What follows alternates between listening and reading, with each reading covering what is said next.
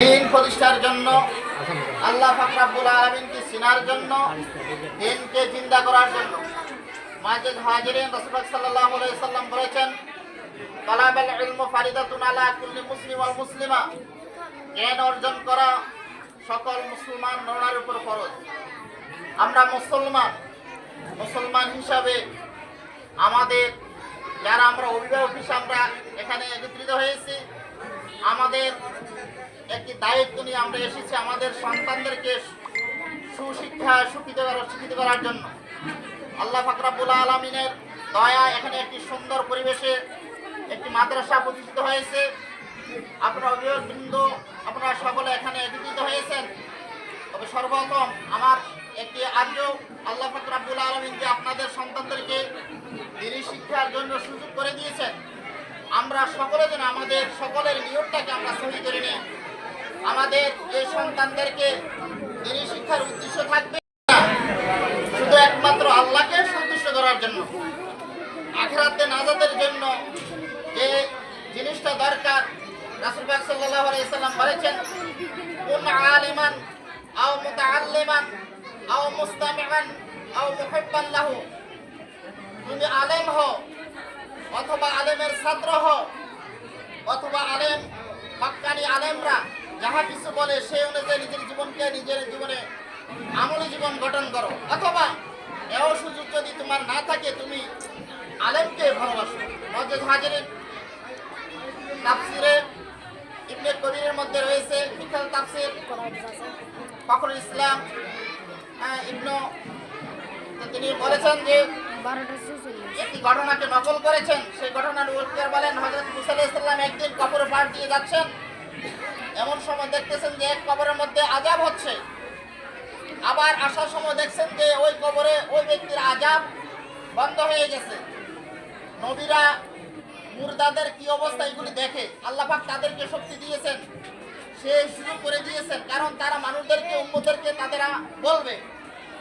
সাধারণ মানুষ যদি কবরের জিন্দেগির ভয়াবহ অবস্থা জানতো তাহলে তারা কোনো মুর্দাকে দাফন করতে আসতো না। এই জন্য মুসা আলাইহিস সালাম যখন দেখলেন যে দ্বিতীয়বার আসার সময় ওই মুর্দার সে কবর আযাব বন্ধ হয়ে গেছে, তখন তিনি তাকে লক্ষ্য করে বললেন যে, হে, তোমার তো এতক্ষণ দেখছি খুব আযাবের মধ্যে গ্রেফতার আছো, এখন তোমার আযাব না হওয়ার কারণ কি? তখন সে বলল, আমি ইন্তেকাল মুহূর্তে আমার একজন গর্ভবতী মহিলা ছিল, গর্ভবতী বিবি ছিল, তার গর্ভে একজন সন্তান ভূমিষ্ঠ হয়েছে। এতদিন আমি আযাবে গ্রেফতার ছিলাম, আর সন্তানটিকে যখন সর্বপ্রথম আজকে সর্বকনিষ্ঠ মাদ্রাসায় ভর্তি করানো হয়েছে, আজ সেই ভর্তি করার পর যে সর্বপ্রথম যে সবকটি দিয়েছে বিসমিল্লাহির রহমানির রহিম, এই করে সবক দেওয়ার সাথে সাথে আল্লাহ পাক রব্বুল আলামিন আমার আযাব থেকে, আমার কবর থেকে আযাব উঠে নিয়েছেন।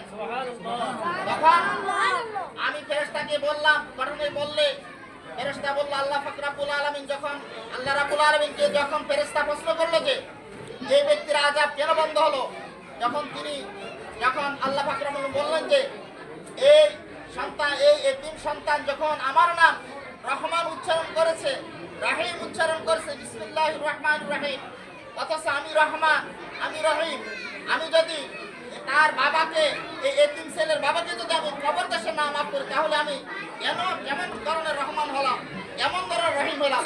মুআজ্জিজ হাজির, আমরা খুব ভাগ্যনসিব আমরা আমাদের সন্তানকে এমন মাদ্রাসা ভর্তি করাইছি যে মাদ্রাসার মধ্যে একজন আদর্শ ছাত্র গঠন করা হয়।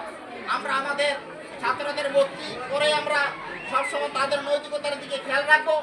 আমরা মোবাইল ব্যবহার করতে দেব না, কারণ মোবাইল বর্তমানে সবচেয়ে ছাত্রের নৈতিকতাকে ধ্বংস করে একমাত্র উপকরণ।